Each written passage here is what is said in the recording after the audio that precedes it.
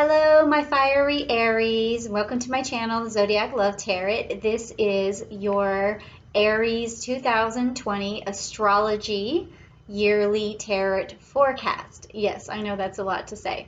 So basically, if you haven't seen my channel before, you can check out stuff from November and December. But because I want to make this video short enough for you to make it all the way through, because I know this is a busy time of year, I'm just going to go straight to the cards and we're going to start, and we're going to go right now. Okay, here we go.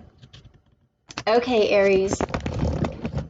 This is a Celestial Tarot Wheel of Life, and these are my cards, which are astrology cards, which have Greek mythology on them and astrology symbols, which I will interpret for you. And as we're going, Aries, we will talk about some of the planets that are going to be influencing you on this coming up year in 2020. But for the most part, we're going to be talking about your individual houses, what makes a big difference for you this year, and I'm hoping to see some super positive cards, Aries, because I just want your 2020 to be romantic. Sorry, I lit you a candle. And peaceful, because I know last year there was a lot going on. If you look back in November and December, you will see those readings, and I did try to make sure that your karma was clean going into 2020 so that you get the best possible reading. So let's just find out what's going on. This wheel, it starts with your first house, second house, third house, goes around, but also this is going to be the months. So January, February, March, April, May, June, as such. Okay, so let's just get started. I think I did enough shuffles, but I'll do one more just for prosperity, which that's what we need in 2020. Okay, so let's go around this wheel, shall we? Okay, Aries, let's see what's going on with you for 2020. So this first card is going to be January, and it is your personality, and it's also going to represent a bunch of stuff for you because Mars is going to be in your 9th house, Jupiter and Pluto and Saturn, and the Sun and Mercury are also in your 10th house. You have Venus also in your 12th house, and then you have Mercury in your 11th house in a lunar eclipse. So January basically is going to be a just giant month for you. I mean, mammoth, okay? It's just got a lot going on, so I just have no idea what this card is going to say, but we're going to find out. Okay, so this card, okay, is the Corona, which is upside down for you, and it is the Three of Swords. Okay, so with this card being in reversed, it means that you are going to go through a very big physical healing in January. So that tells me that all of those planets are there to get you back on track. And that's good news, because when you do have Saturn in your first house of personality, but also again in your 10th house, which is your house of career, that means that a lot of times you have these lessons that need to be learned. But this is telling me that you've kind of started off 2020 with the lesson already learned, and you're going through a healing phase, and that's super, super positive, because you know, when I did a reading for Libra earlier, I saw that there was just like these lessons right off the bat in January and February, but yours is very positive because it just tells me that there's going to be this healing going on already. So that's excellent. Okay, so in February, which is also going to be in your second house of your, so this is going to be your finances and your income and all of that good stuff. And let's see what happens there. All right, so you have the Hierophant. That's wonderful, and it's upright for you. So with this card being the Hierophant, it's basically a very good card. It's like you're going to be very desirable in February, and you have this Taurus energy, meaning that you're going to attract people in February, and you have this love that's going on in February with Venus being there on your side. And Venus is actually still like in your 12th house, I believe, which is going to be your spiritual awareness is going to be one of love. So this is a wonderful card. Now, because this is the Hierophant, we do talk about tradition, we talk about religion. There could be a marriage going on in February.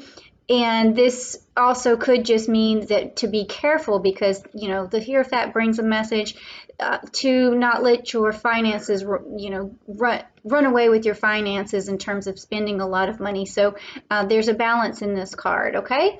Excellent. This is looking good for you already, Aries. I am just so happy to see these wonderful cards. Already we have a major arcana here. Okay, so for March, which is your house of communication, we have the Princess of Cups. Basically, this is telling me that you have learned another lesson yet again. And because we're looking at autumn here, you have really learned to shed old ways. And this is wonderful for your communication. And this is going to take you places. This is, you know, just a rebirth card as well. And then you're going to have this Pisces, I'm sorry, I meant to say Scorpion energy going on, and then you also have Libra energy going on, if you can see that card a little bit closer. And that tells me this is going to be passion, it's going to be love, your communication, your house of communication is going to have a lot of love, a lot of passion, and also this freedom. So I have seen you learn these lessons. I don't know what happened, Aries, but you're just growing as a person, for sure, growing as a person. Okay, so now in May, let's see, this is going to be your 4th house of home and family. So what is there? Okay, so for this one, you got this card, which is, again, another major arcana. It's the Hermit, but it's upside down for you. So this tells me you need to get out more and also break away from old routines. So in the house, maybe you're just been stuck in there and you want to break away from these old routines that are going on. You'll find more emotional security that way, more domestic satisfaction that way. So you want to get out more and break old routines. Okay, that's an excellent card to get, especially upside down in that particular situation. Okay, so then we have May, and let's see what's going on in May, which is your 5th house, which is the house of creativity. So you have the 4 of Cups, and it's the Serpent, so it's upside down. So what the Serpent is, it's a healing card, and it's also the 4 of Cups. So when it's upside down, the 4 of Cups means that you need to go in a new direction or take a new option or something of that nature. And then there's also, again, this Scorpion energy. Let me turn that card up right for you. There's Scorpion energy, and then there's also this Pluto energy. So this is telling me again that you've shed, even just like the snake, you've shed so much in 2019 that you are just going through this healing phase. You're going to take a new direction, and it's going to be something good for you. Your intuitions are right on key with this Scorpion energy right here. You're passionate about things, and with Pluto being here, you've just basically had already been like the phoenix rising, you know, from the ashes here. And that's wonderful. So this is a really good reading, Aries. I'm really happy about this. Whew, okay, so now we get to June, and this is your service card, which is also, again, with, you know, routines and rituals and things like that, personal health, diet, well-being. So let's just see what's going on for you in June. Okay, so you have gotten the Coma card, and it's upside down for you. So this means if it was upright, this would mean a great sacrifice was going to have to be embarked upon in June. But this card is right side up. So that tells me you've made your sacrifices in June, and that your routines and everything are going to be on point, which is, you know, with this one right here, when we talk about this card having all this healing power, I think that you're going to have a bunch of creativity that goes on. Your routines are going to be in order. And you're not going to have to make any more big sacrifices because I feel like you've already made them. So this is looking really good, Aries, really good. This is awesome. Okay, and that was a little message from Mercury there, which is interesting because I believe Mercury will be there for you in the month of June. Okay, and now let's see for July, which is going to be your house of partnerships and relationships. So let's see if there's going to be this romance that we were talking about. So here, light this candle, let's find out something good. All right, here we go. So you have gotten the Lyra and it's upside down.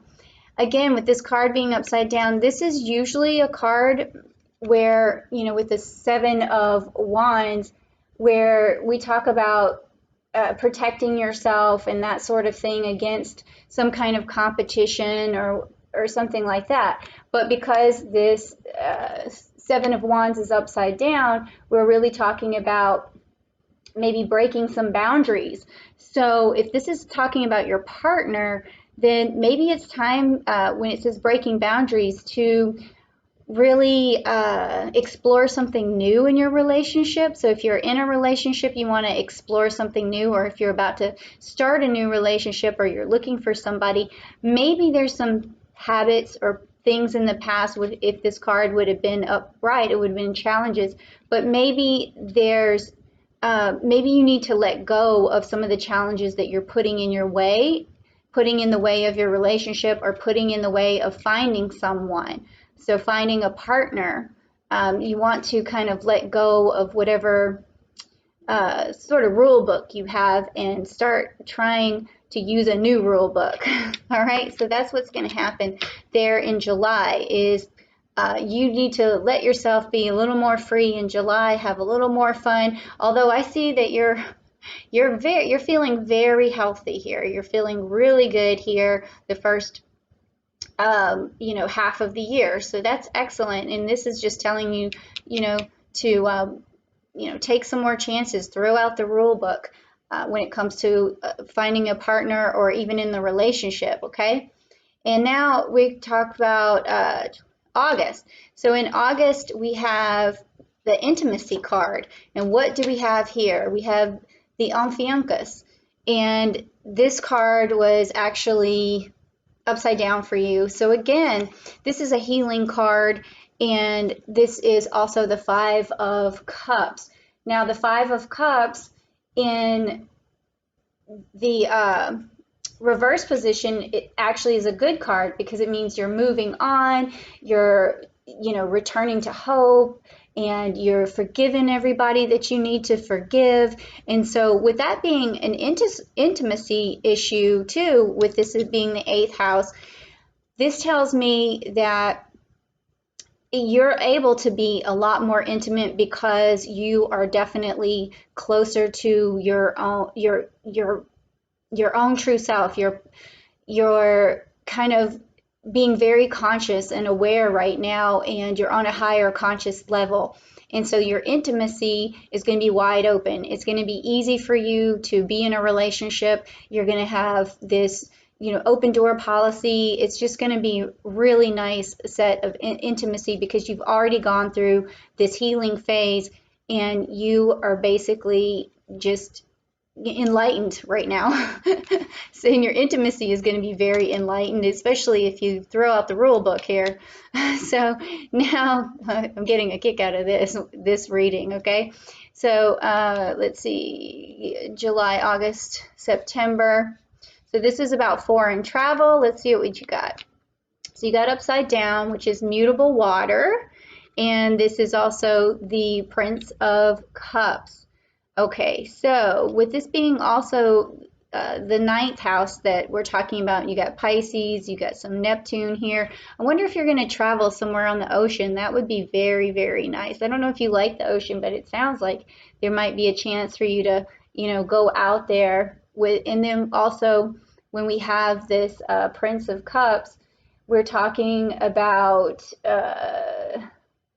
some, you know, a little bit of immaturity. So I think that you're going to go out somewhere on this foreign travel and you're going to learn a lot. There's going to be something about you. It's almost like you're returning to your childlike nature on this trip. And it could be near the water because I have this feeling, and it's going to help you adapt even more. So that sounds like a lot of fun, actually. I want to be an Aries for this year. Okay, so then that was what we talked about there, September. Now, October. Let's see what we have for October. And this is going to be your 10th house. And so the house of career. So let's see what you got. Oh my goodness. Again with the water, and it's upside down. It's the Three of Cups. So with the Three of Cups in reverse, we talk about a new direction again. But let's see. But it's also like it could be that you're also kind of partying too much as well with it being upside down, like you're burning the candle at both ends. But with this being with the career, either you're burning the candle at both ends at your career, but also because we have the Argus, this could mean that your career may be taking you places. And that is a good sign because, you know, it's fun to go on vacations and party. So maybe next October, there may be an opportunity for you to have like a company outing or something of that nature. That could be something that would be fun. And if not, if that doesn't happen, then just go take a trip on the water anyways. And then bring somebody you love. Here's a Cancer symbol. Bring someone who cares about you. And with this Neptune symbol here, you know, just let it all hang out. All right. So now, oh man, Aries, you got such a good reading. I'm just loving it. Okay, so now with November and the 11th and your friends, what's going to happen here? Okay, so this was upside down for you, and it is the Death card. And you know, there's this Scorpion energy here, and then there's also Pluto energy here. And when we talk about the Death card in reverse, we just talk about maybe something like you feel stuck in November. I don't know why that would happen. I don't know if there's really something that you need to break away from in November. And then also, but there's this inertia and this feeling of stagnation. And you know what, with this being the Death card upside down, it could also just be that like after you've had so much fun and then, you know, in November, you're kind of looking back and you just feel like maybe you need to slow down or you need to just take a breather or something as simple as that. So don't get, you know, worked up that, you know, there's going to be something bad that's going to happen, because even if this card was, you know, upright, you'd still have like just a rebirth or maybe a transformation. But then also with this being a card about your 11th house, it could be just also with your friends, you could feel like you've been stagnant with your friends, like you just don't have a lot of friends around you at the time. And then also it could mean that you're having some issues with politics at that time and you're just feeling uncertain. And, you know, I do recall, I think that maybe there will be some political upset going on at this time. So it could have something to do with that. So don't get freaked out about this because your year is looking really good and it could just be boredom. So don't worry. Okay, so now for December, what do we have for December, which is your hidden resources, your 12th house, and let's see what the end of the year looks like for you. Okay, wonderful. Okay, so this was upright for you. So it is the King of Cups and it's cardinal water, cardinal water. So I know you're a fire sign, Aries, and maybe you were expecting some fire, but this is a really good card. It's even better in this situation because of all that personal healing that you did. You're still going to be sitting in your power. You're still going to be very confident. Your emotions are going to be under control. You will be able to sustain this personal awareness and this enlightenment that you've had, and maybe even draw a lover in or start a family or something where you're helping other people because of your personal um, relationship to your emotions, which are strong at this time. So I think that, but at the end of the year, you're really going to pull out this. You're just going to be sitting in this throne right here at the end of the year, still in your power, and that is good because going into 2021, you're going to have this power, and that's a really good place to be. I mean, how can you get any better than that? All right, Aries, that was amazing. I just feel like I actually, I feel like I took a journey with you through the cards, and that sounds like I want to go with you, Aries. This sounds like so much fun. And also, I'm doing this little silly thing where someone asked me what kind of makeup that I wear on my eyes, and I'm telling people I don't profess to be any kind of makeup artist because I just wing it. But what I do use, and it's kind of funny, is oops, this right here, which ta-da, how original is that, right? Because I have Zodiac Love Tarot, I have to have this. No, I didn't really get this for this channel, but because I have this, I do use it because every time I do a video, I try and stick with the wheel, but I did like a New Year's Eve thing this time. But let me show you, Aries. This is your color right here. It's like a really shiny sort of, aqua blue. So I think it's really awesome. But yeah, I do try to stick to that. So that's what I use. So, and I don't know how to get this. And I'm not selling it or anything. It came from Ricky's. It's a store here on the beach that closed down, and I actually got it on sale. So, all right. So thank you so much again, and I hope to see you in February. And please, if you would, just like this video, or I guess if you don't like it, then don't like the video. But anyway, it's engagement, or leave a comment, or share it with a friend, or share it with a bunch of friends, and then subscribe. And please come back to the channel in February so that I can do another reading for you. Although you're sitting pretty. All right, thanks, Aries. Have a good one. Bye-bye.